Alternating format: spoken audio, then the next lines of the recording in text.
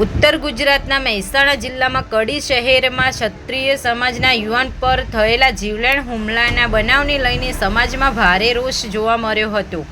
આ ઘટનાને લઈને પોલીસની કામગીરી સામે પણ અસંતોષ વ્યક્ત કરવામાં આવ્યો હતો।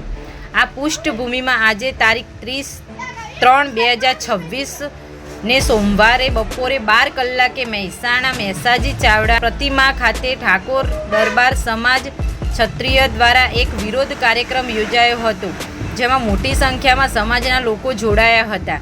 કાર્યક્રમ અંતર્ગત મહારાજા મેસાજી ચાવડાની પ્રતિમાને ફૂલહાર અર્પણ કર્યા બાદ કલેક્ટર કચેરી સુધી પદયાત્રા કાઢવામાં આવી હતી।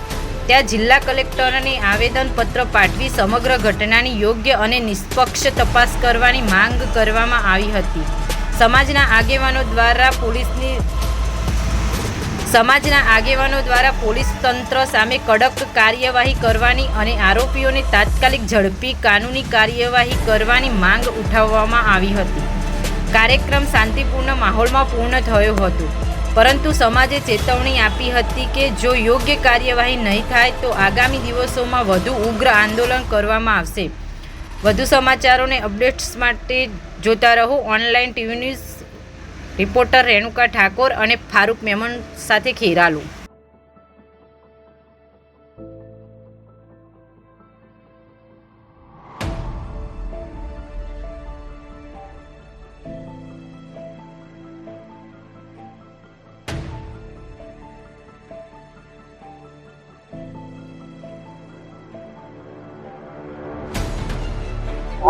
કલેક્ટર કચેરી ખાતે સમગ્ર મહેસાણા જિલ્લા અને અમદાવાદ જિલ્લાના ક્ષત્રિય સમાજના તમામે તમામ સૌ આગેવાનો કલેક્ટરશ્રીને આવેદનપત્ર આપવા માટે આવ્યા હતા।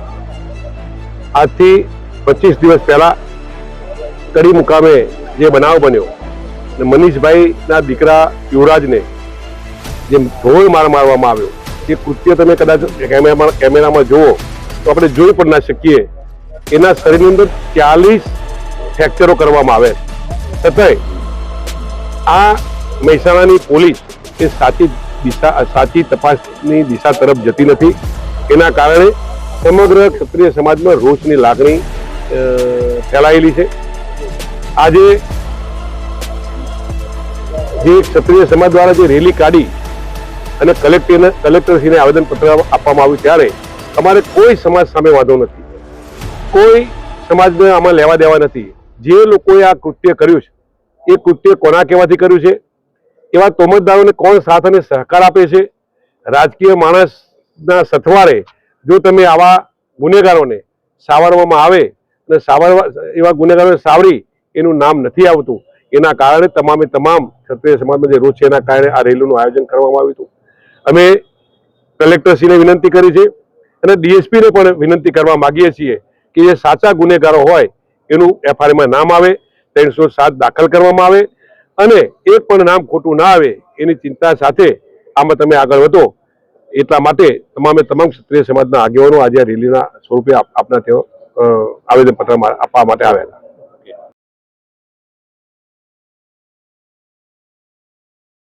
ક્ષત્રિય સમાજના છોકરાના વિરાજીનું નામ છે મનીષભાઈનો બાબો છે, એને હું સમજ 40 ફ્રેક્ચર થયા।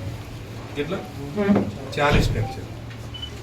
3 થી 4 ગાડી આજે બી કેમેરામાં દેખાય છે, તમારે જોતો કેમેરો મારી પાસે પડ્યો છે, હું તમને એનો વિડીયો પણ આપું। 3 થી 4 ગાડી 10 થી 12 જણા આવેલા છે, બરાબર। આ કામ છે સાચી તપાસ કરી અને સાચા નામ હોય, કોઈનું ખોટું નામ ન આવે, કોઈ સમાજ સામે કોઈનો રોષ નથી, પણ જે લોકો આ જે કૃત્ય કરવી જોઈએ એ કૃત્ય કરવાવાળા લોકોની સામે આ રોષ છે।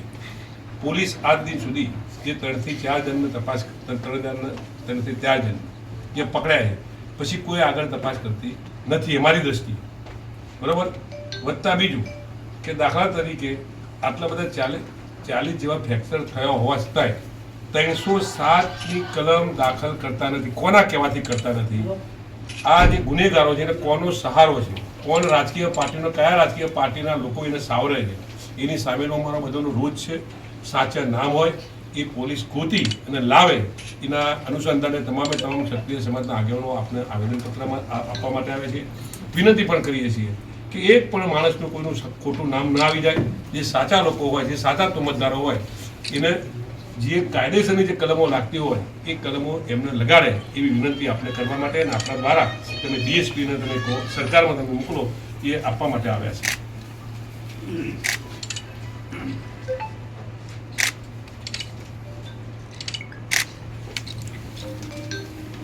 આ વિડીયો અને